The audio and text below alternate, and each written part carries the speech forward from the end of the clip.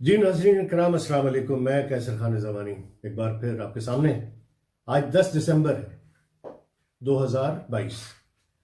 दुनिया इंसानी हुकूक का दिन मना रही है,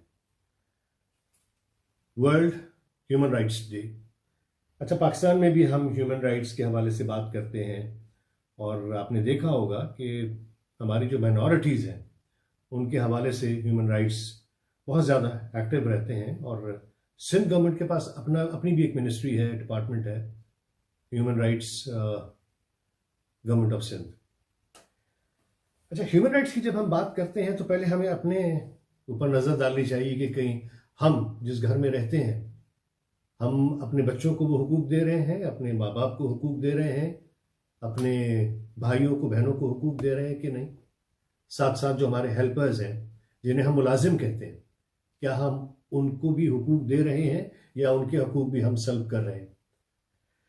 तो इन सब चीज़ों को देखने के बाद इंसान को अपना एहतसाब खुद करना चाहिए।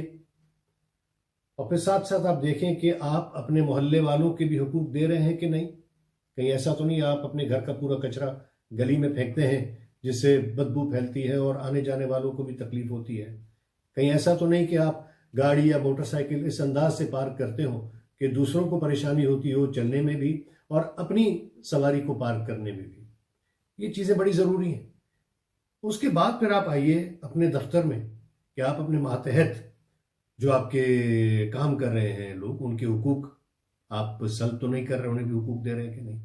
जब आप इन सारी चीज़ों को एनालाइज करेंगे तो आपके सामने बहुत सारी चीज़ें आ जाएंगी कि हाँ यार, यहाँ मैंने ज्यादती करी, यहाँ मैंने ज्यादती नहीं की।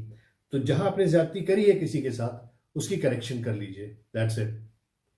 फिर आप अब आइए कि अब आपकी सियासी वाबस्तगी अगर किसी पॉलिटिकल पार्टी के साथ है तो कहीं ऐसा तो नहीं कि आप अपने वर्कर्स के साथ कोई उनके हुकूक की ज्यादती कर रहे हो, कोई उनके हुकूक ना दे रहे हो आप।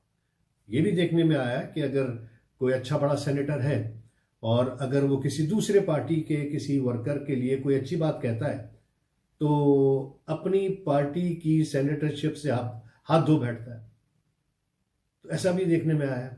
लेकिन मैं उन मामलात में नहीं जाऊंगा। लेकिन मैं चूंकि लीगल फ्रेटर्निटी और एंटरटेनमेंट इंडस्ट्री को मैं काफ़ी करीब से जानता हूं क्योंकि मैंने काम किया है, कर भी रहा हूं, तो हमारी जो आर्टिस्ट फ्रेटर्निटी है वो वाकई परेशान है।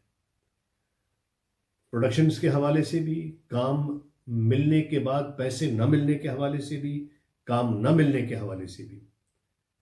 तो हम उनके हुकूक दे रहे हैं क्या? टेलीविजन चैनल्स हमारे आर्टिस्ट मैं कहूँगा फनून लतीफ़ा से वाबस्ता हर उस फर्द की जो लिखता है या गाता है, कोई साज बजाता है, कोई नज्म लिखता है, कोई गीत गाता है, अदाकारी करता है, स्क्रिप्ट लिखता है, कैमरामैन है, ऑडियो इंजीनियर है, स्पॉट बॉय है, एडिटर है, मतलब हमारे शोबे से वाबस्ता तमाम लोगों की बात मैं करूँगा। तो क्या हम उन्हें हकूक दे रहे हैं? टीवी चैनल्स उन्हें हकूक दे रहे हैं? It's a huge question mark. Actors के लिए तो एक आर्टिस्ट वेलफेयर एंडाउमेंट फंड हुकूमत सिंध ने मख्तस कर रखा है। अब सवाल यह है कि वो पैसा जो कि डिपार्टमेंट ने बैंक्स में रखा हुआ है और 3 महीने का जो उन्हें इंटरेस्ट मिलता है, जिसे सूद भी कह सकते हैं आप, इंटरेस्ट भी कहते हैं, मुनाफा भी कह सकते हैं, वो जो मिलता है वो आर्टिस्टों में डिस्ट्रीब्यूट किया जाता है, मनपसंद लोगों में, फॉर श्योर। क्योंकि वहां पर भी एक कमेटी है जो कि सिफारिशात पेश करती है कि जी फला आर्टिस्ट परेशान है, उसे पैसा चाहिए, फला सिंगर परेशान है, उसे सपोर्ट करनी चाहिए। जब मैंने 2-4 लोगों से बात करी कि भाई वो जो कमेटी है उस कमेटी के मेंबरान हैं कौन, तो मैं हल्फन कह सकता हूं कि आज तक मुझे वो नोटिफिकेशन नहीं मिला, जो कि मेरा हक है।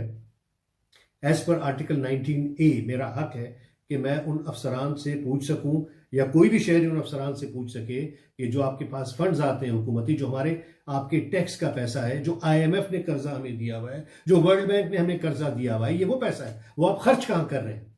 तो वो जवाब नहीं देते। यकीन माने वो सिर्फ उनकी गाड़ियों में, उनके पेट्रोल में, उनके ऑफिसेज में और उन्हीं के जो क्या कहना चाहिए, ऑफिसेज और इन चीज़ों में, तनख्वाहों में खर्च हो रहा है। एक आदमी को कोऑर्डिनेट करने के लिए 10 लोग रखे हुए उन्होंने। सिर्फ यही नहीं, जब उनसे हम ये कहते हैं कि उन्होंने कमेटियां भी बनाई हुई हैं, ज़ेली कमेटियां, प्राइवेट कमेटियां भी बनी हुई हैं, तो भाई जब आप कमेटियों से काम लेना चाहते हैं तो उनको थोड़ा एम्पावर भी तो करें। लेकिन नहीं, हमारे यहाँ ऐसा कुछ नहीं होता। मैं बात कहां से कहां ले जाऊंगा, क्योंकि इसके इतने सारे डायमेंशंस हैं कि जब हम बात करने निकलते हैं तो भी कुछ करना चाहिए, कुछ नहीं होता। एक फेडरल एंडाउमेंट फंड भी है और वो मेरा ख्याल है अरब रुपए के करीब है।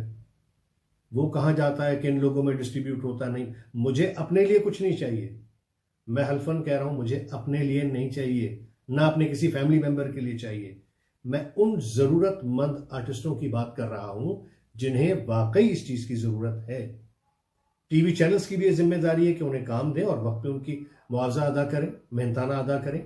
इसी तरह अगर एंडाउमेंट फंड सही लोगों तक सही वक्त पर पहुंच जाए तो आप देखते हैं ना कि एक्टर्स जो है वो कसम कुर्सी की जिंदगी गुजारते हुए बेचारे दुनिया से चले जाते हैं।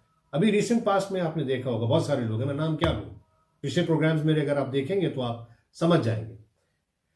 तो भैया, ह्यूमन राइट्स डे और हमारे पास 100% वायलेशन ऑफ ह्यूमन राइट्स और कोई पूछने वाला नहीं है, चाहे वो कोई भी सरकारी इदारा हो, वहां पर यह इस्तेहसाल होता है।